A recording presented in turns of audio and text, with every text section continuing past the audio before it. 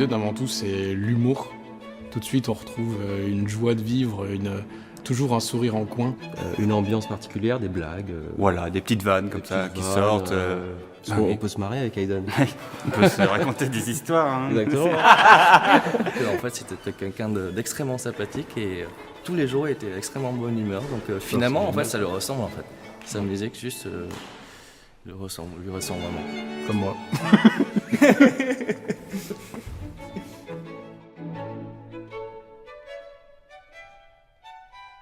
Haydn, c'est un peu comme un retour aux sources parce que quand on commence le quatuor, eh bien, on commence toujours par ses œuvres parce qu'il est considéré comme le père du quatuor, mais aussi parce que pour créer la cohésion d'un quatuor, c'est à la fois une mélodie, bien sûr, accompagnée souvent au premier violon, mais c'est aussi évidemment très important qu'il y ait beaucoup d'énergie qui vienne de la basse et des milieux qui donnent de la vie et du corps à la mélodie.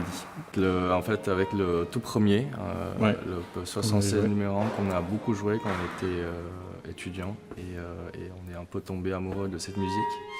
Et c'est vrai que moi je suis extrêmement heureux de faire ce disque parce que je pense que ça fait 10 ans longtemps que je vous embête pour enregistrer du Haydn parce que ouais, je sais pas, c'est une musique qui me rend... En fait, ça me rend juste tout simplement très bonne humeur en fait cette musique.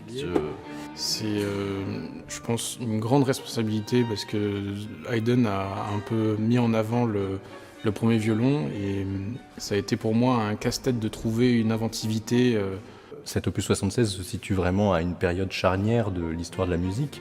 Un an après, Beethoven écrit son opus 18.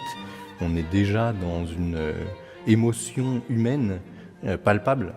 Et donc, c'est quelque chose qui nous a touchés particulièrement et qui a motivé notre choix d'enregistrer cet opus.